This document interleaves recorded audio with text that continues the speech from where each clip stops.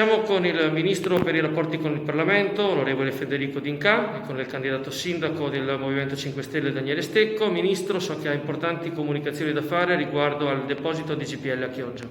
Sì, nella giornata di ieri ho potuto interfacciarmi con i massimi livelli del Ministero dell'Economia e Finanza e ho avuto rassicurazioni nei confronti della nomina del membro del MEF per quanto riguarda la commissione che andrà poi a vagliare la questione del GPL, dei depositi in tutta Italia, in particolare su quello di Chioggia. Quindi, una volta inserito il denominativo di questa commissione, credo nelle prossime giornate, così mi è stato appunto detto, avremo poi il Presidente attraverso l'altro Ministero coinvolto che è il MIT e quindi insieme al terzo Ministero il MIMS avremo concluso la pratica della commissione.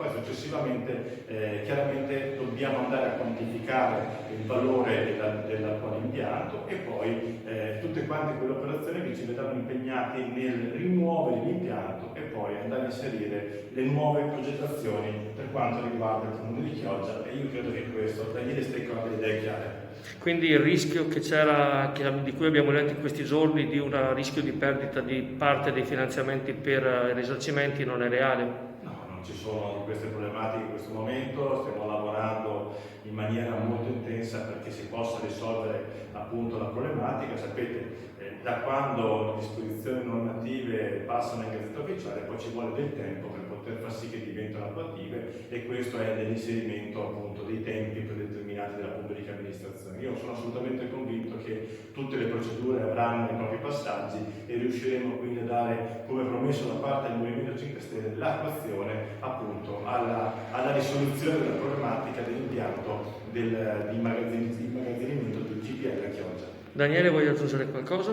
Sì, semplicemente ricordare che nel nostro programma abbiamo proprio l'intenzione di mettere sopra l'attuale area del deposito di GPL il nuovo polo ittico, quindi il trasferimento del mercato ittico più lo sviluppo imprenditoriale legato al mondo della pesca. Sicuramente è un settore, un progetto che darà un maggiore impulso e sviluppo al settore ittico del nostro territorio. Grazie e buon lavoro a entrambi.